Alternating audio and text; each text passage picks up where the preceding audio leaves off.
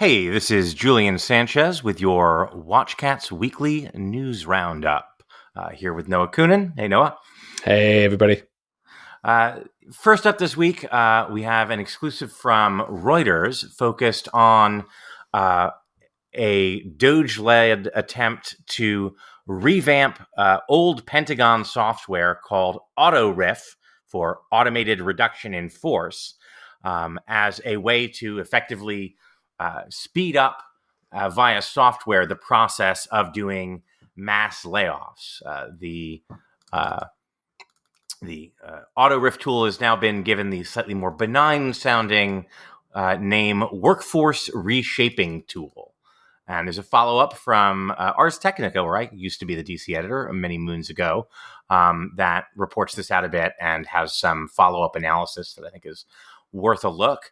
But obviously raises some eyebrows because we've already seen, past DOGE-linked cuts where mistakes, like, well, hey, especially the Department of Health and Human Services, where they acknowledge after the fact they had laid off a bunch of people that, in fact, they needed and had not meant to lay off, were attributed to software errors. So the question is, if you're attempting to make, in the near future, even larger cuts, and so instead of having to kind of do this by a manual evaluation, you are zhuzhing up some old software, which, by the way, this has existed for a long time, but it's been seen as too clunky and, frankly, too error prone.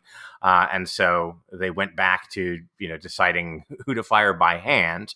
But if you're talking about, software that is in some ways prone to error, and you're scaling it up to really large, kind of as a percentage of the total layoffs, there's certainly potential for mistakes there, although perhaps no more mistakes than the human beings are already making. Yeah, and even defining what a mistake is really difficult. Sure. Figuring out how to do a layoff in normal times is really difficult in government because where's the demand coming from? Where's your projection of who you need in what roles to do the job coming from? Well, guess what? It's coming from Congress, right? Congress hasn't had its act together in years. We haven't had formal budgets. We just had continuing resolutions. And it's not like this Congress, despite Republicans having majorities in the House and Senate, is any better, right? So if you are in charge of human beings, if you are in charge of workforce management in a federal agency, how can you look into the future and actually project what people you need to get the job done? The answer is you can't. Doesn't matter what software you have. So a lot of interesting commentary there, for especially in the Ars Technica piece. There's some interesting expert analysis and commentary on that, worth, I think, checking out. We also have from Business Insider, and this is a theme we've seen in previous stories, in previous news roundups and from other stories, but Business Insider had a piece titled "DOGE is Sputtering on Capitol Hill," noting that the House caucus that was established to kind of work with DOGE and provide it with cost-cutting ideas has had pretty minimal interaction with the agency, that it's been operating almost sort of on its own completely through executive orders. And the House panel that was created to sort of support DOGE was now in the business of holding hearings about transgender athletes in fencing. Not sure what the DOGE link is there, but I guess they got to keep busy. And plans to vote on making some of those DOGE cuts permanent have stalled out. And so I think this is just an interesting note here that, right, political gravity still exists, and it was sort of a few months of shock and awe watching DOGE kind of cut a swath through the federal government. But that at the end of the day, even with Republican legislators, there isn't actually that much political will for even the relatively, in the scope of the federal budget, even the relatively modest reductions that DOGE has made, although that's modest relative to, again, the total federal budget, not relative to some of the particular agencies where, of course, the cuts may significantly affect their functioning.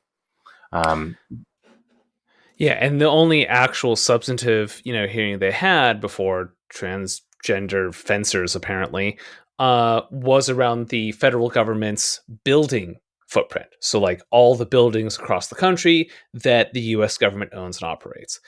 That's only total last year, 61 billion, which sounds like a lot, but again, is not a lot in the context of the whole federal budget. Also, it's important to understand that a lot of that is shared with state and local governments. So even though we might outlay 61 billion, we're going to get a chunk of that money back in essentially rental fees from other governmental entities. And also, that goal to reduce that footprint is at odds with the Trump administration's demand for people to return to office, right? So at the same time they're trying to reduce the portfolio, they're stoking a massive redemand of physical spaces, which makes it difficult to cut it, to a much smaller degree.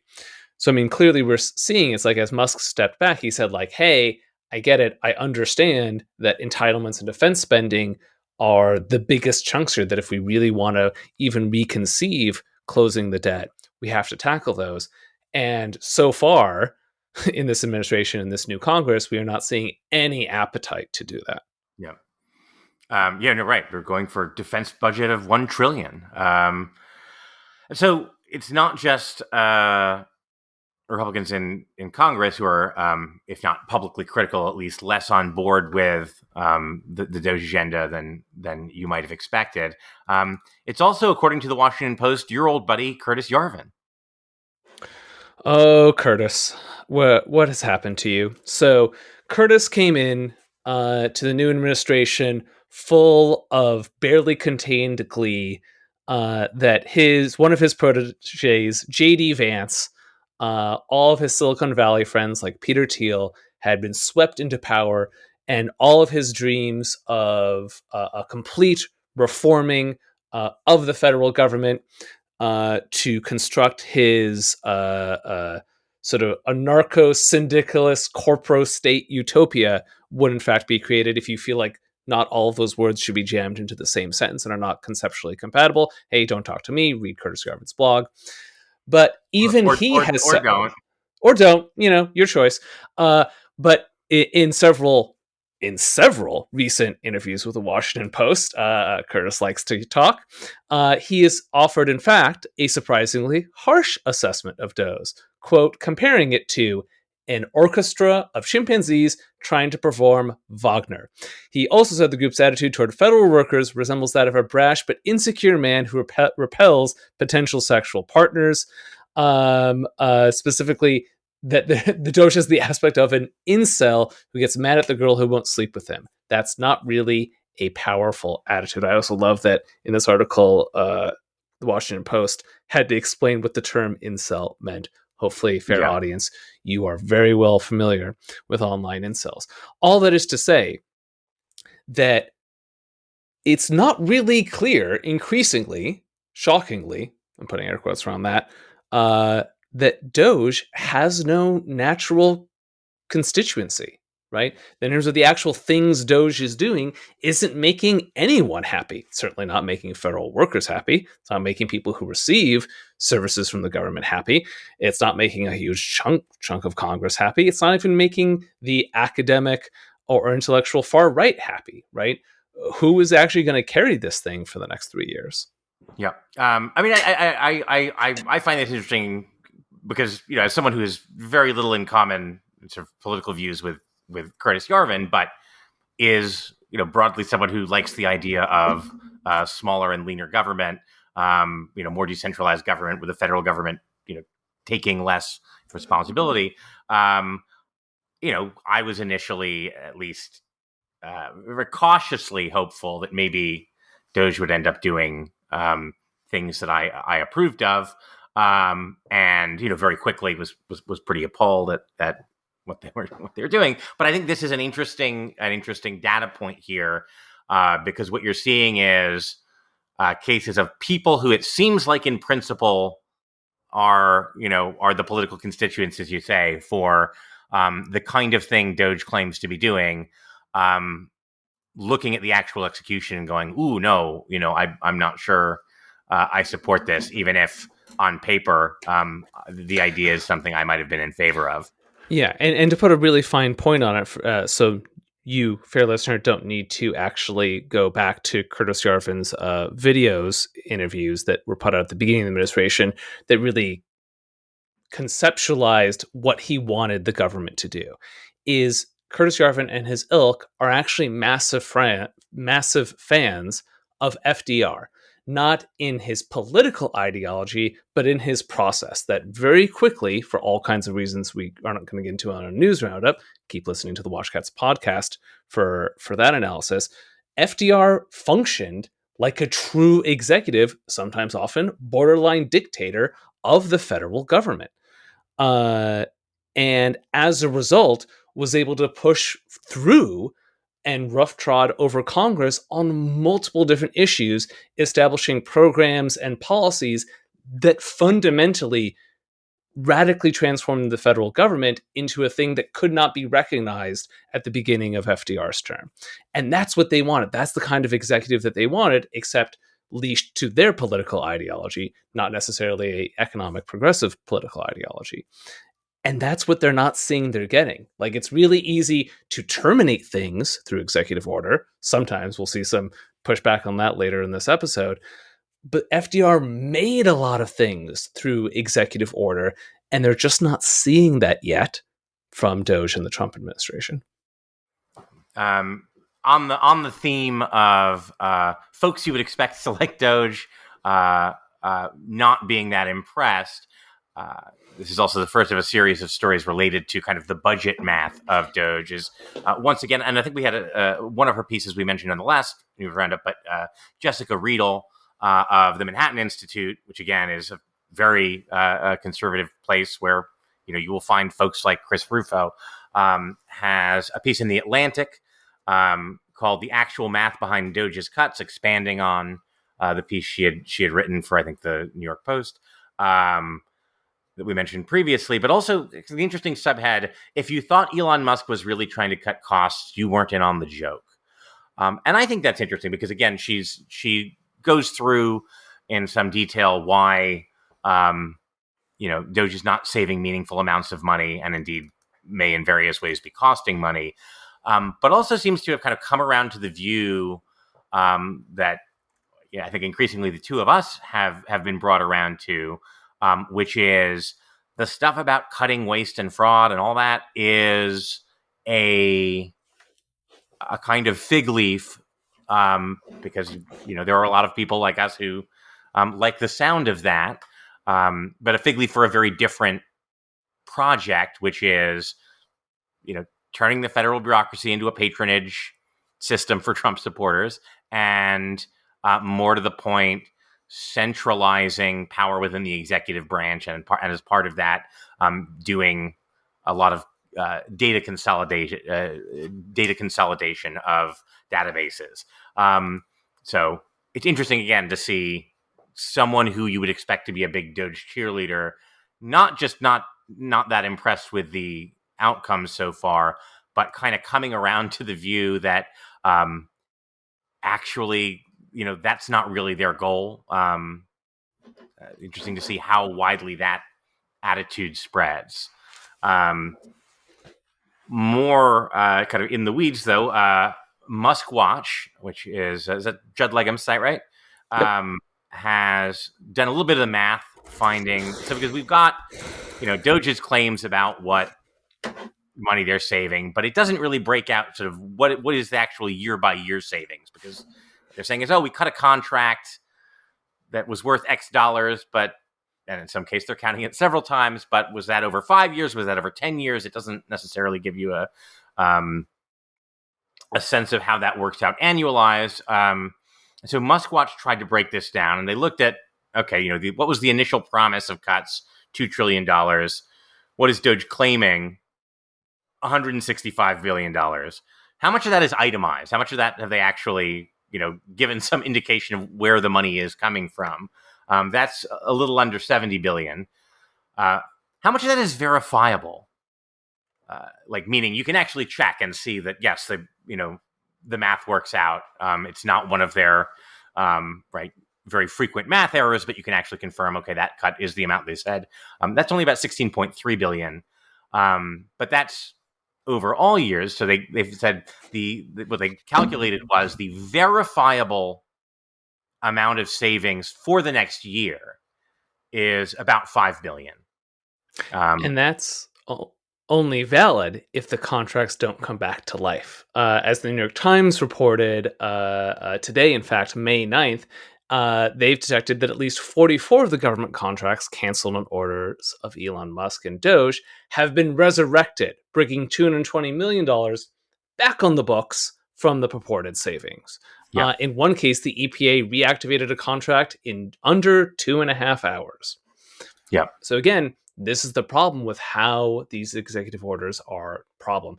This is a consequence of how these executive orders are being orchestrated without congressional backing, which is if the actual agency wants to flip a contract back on, they can, right?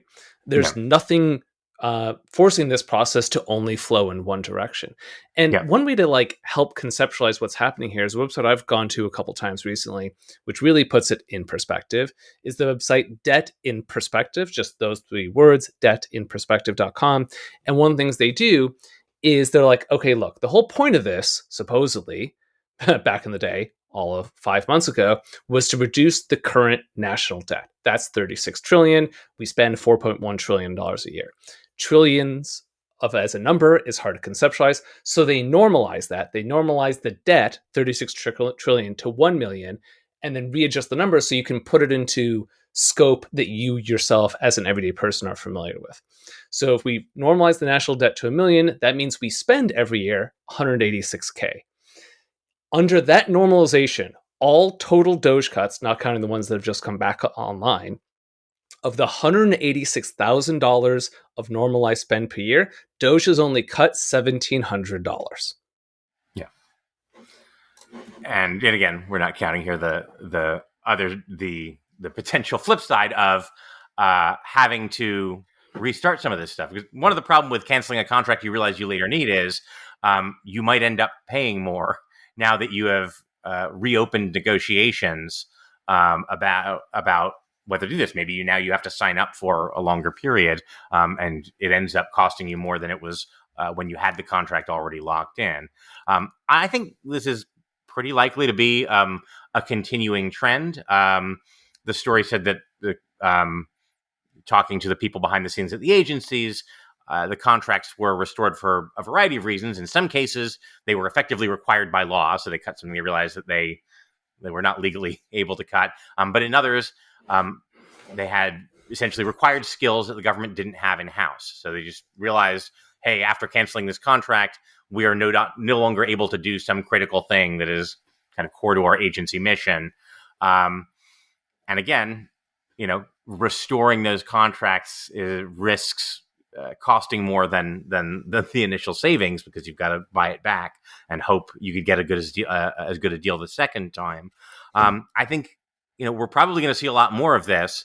It seems like the way they proceeded was to move very rapidly, sort of shock and awe, make a lot of cuts, not a lot of very serious evaluation about what the consequences of those cuts were, whether some of the people were being removed might serve functions that were not easily replicated and that were core to the agency's mission.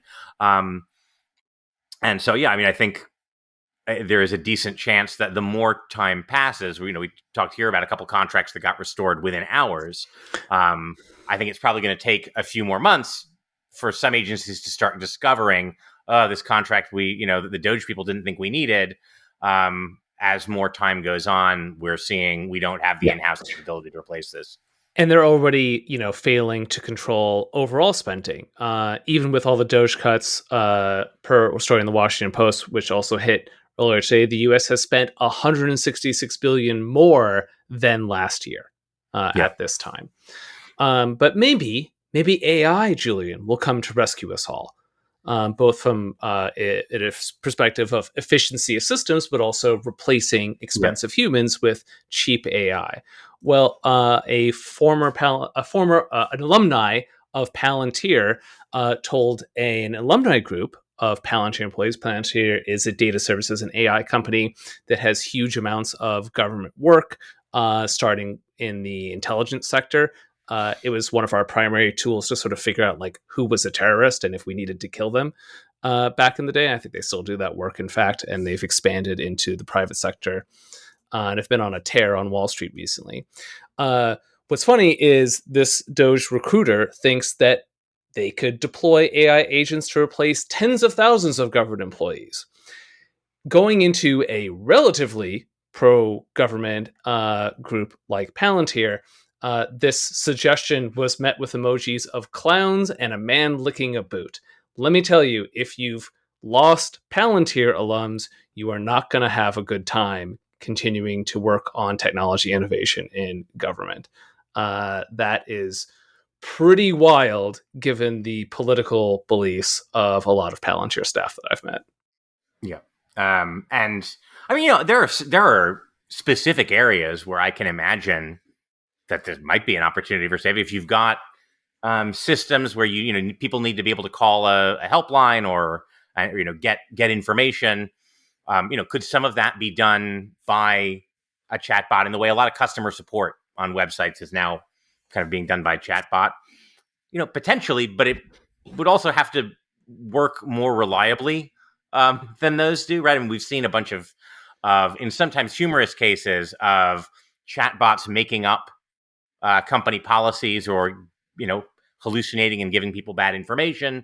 And if that is happening while you're trying to order a t-shirt, maybe that is inconvenient. But of course, if that's happening when you're trying to get accurate information about how to file your taxes or how to get your disability benefits, right, it might be a more serious problem if the software is prone to the defects of AI. And because and the main one of the main concerns from my perspective is because these systems can't actually think yet, right? They can just ingest and synthesize other material. You're still ultimately coming back to a human. The main problem, right? The main work that is being done in the federal government, especially on the civilian side, right, is one of judgment, right? It's not like we don't have access to the data. It's like, okay, given that the data is the way it is, what should we do about it when Congress is not being clear about what their priorities are, right?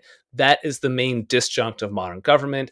It is the sort of root cause problem, as I see it, for so many different services, is because Congress has left it up to the agencies to just figure this shit up, where we don't have any quantitative or qualitative threshold by which to compare performance to. It's like, what should the reimbursement payment be for such and such medical service that Medicare or Medicaid is providing? Well, that's just for HHS to figure out. No AI can tell you the right answer because there's no right answer. You just need to decide, hey, these are the people who are going to make these decisions until such a time that Congress feels differently. It does also raise, insofar as you have judgments getting made by it also kind of raises accountability questions. In that, normally you say, hey, who made this decision, and do they need to face consequences for that? Do they need to be removed? And do we create positive incentives because people expect that if they make a decision that is, actually harmful to people or widely disapproved of, that they risk compromising their career. Now, I don't know. The AI made the decision. Don't look at me. It's not my fault. And for those who might find Medicare and Medicaid reimbursement boring, here's another example. The EPA and the Department of Energy need to figure out a place to store spent nuclear fuel, right? You ask the AI bot, where's the best place to store it, right?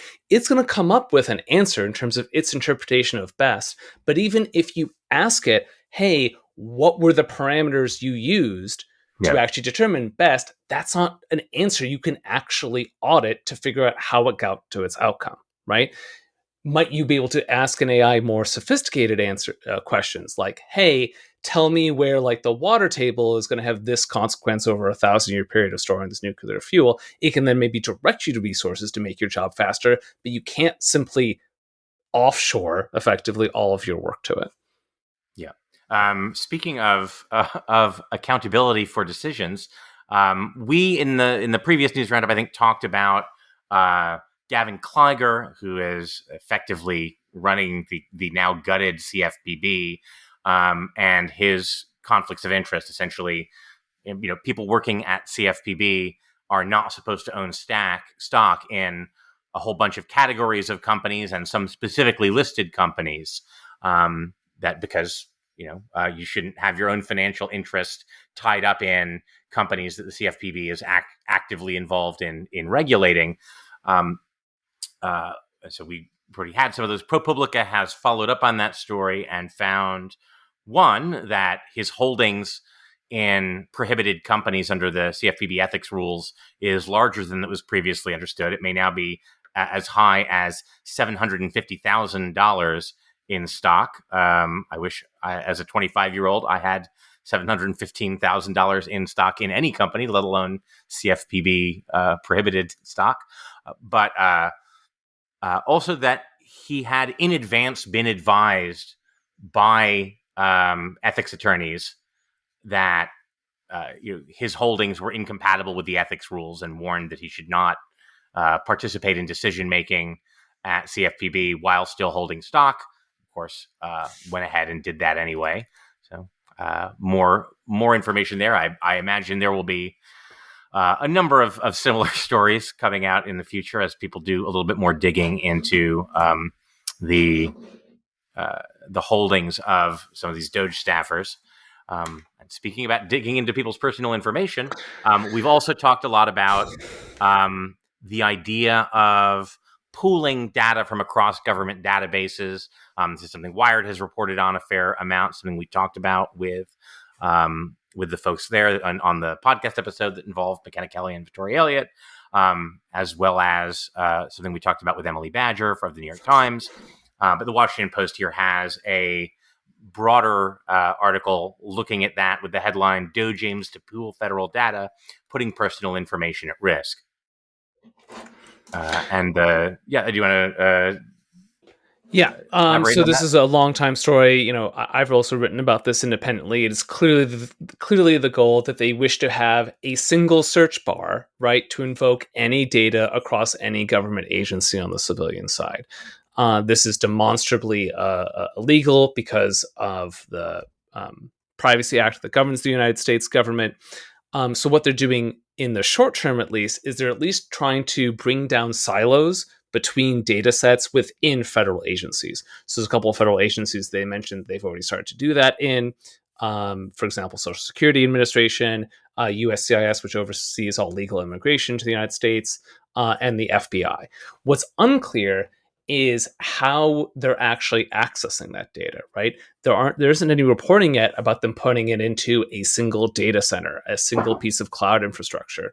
As far as we can tell, what they're consolidating it onto are like freaking gaming laptops that are being like brought over to like the Eisenhower Executive Office building where one of Musk's offices are, right? Yeah. While that is frightening and scary on one level, it is also heartening that they don't actually have a technical plan, right? They have this vision, they have this fetish about consolidating all civilian government data into one system.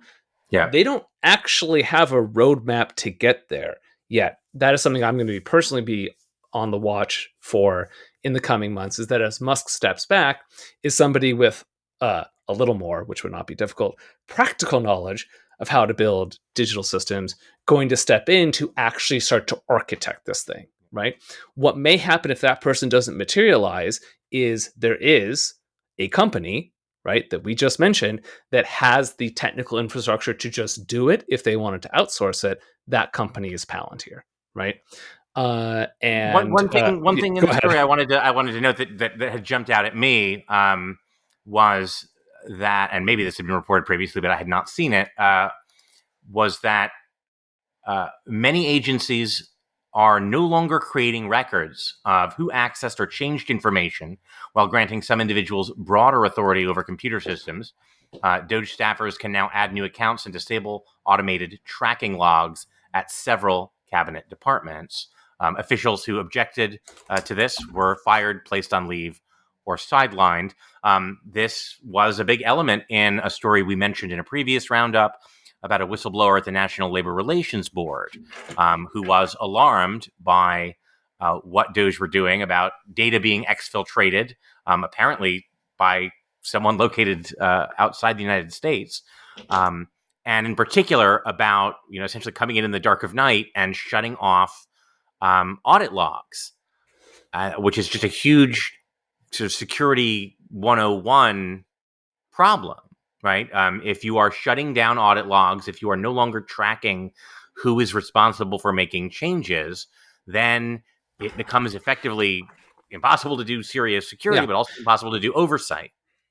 And if you need an explanation of like why this is happening, like there are relatively simple ones. Like the baseline simple one is because these things are demonstrably in violation of the nation's cybersecurity law that governs its own systems, a law called the Federal Information Security and Management Act, or FISMA.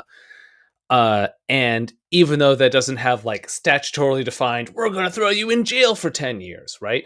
If a lot of these tracks were left and then found in discovery, it would empower federal courts, right, to issue restraining orders, to demand cures that would frustrate the DOGE project in the future. Indeed. Can't have that. But just to leave you on something that is not completely depressing, but is also cybersecurity related, a group involving a group that has been essentially trolling DOGE with ransomware is engaging in a spate of new attacks. So if you find your laptop locked up, refusing to start properly in the near future, you may find a note from the hackers demanding that you provide them with 5 bullet points that describing your activities in the last week and $1 trillion in order to unlock your laptop. Fingers crossed that does not happen to you. Look, when you live by the meme, sometimes you die by the meme. It began in memes. In memes, it may fall. That is our news roundup for this week, folks. We'll look forward to being back with you with another full podcast in the near future, and look for us next Friday for another news roundup. And if you have not subscribed yet to our YouTube channel, please do so now, because one thing we're starting to realize is like, hey, even though all of these have been rather depressing, we are starting to see green shoots of resistance in what people are building and not simply destroying. So these news roundups in the future will be covering that side of the story more aggressively as well. Looking forward to seeing you then.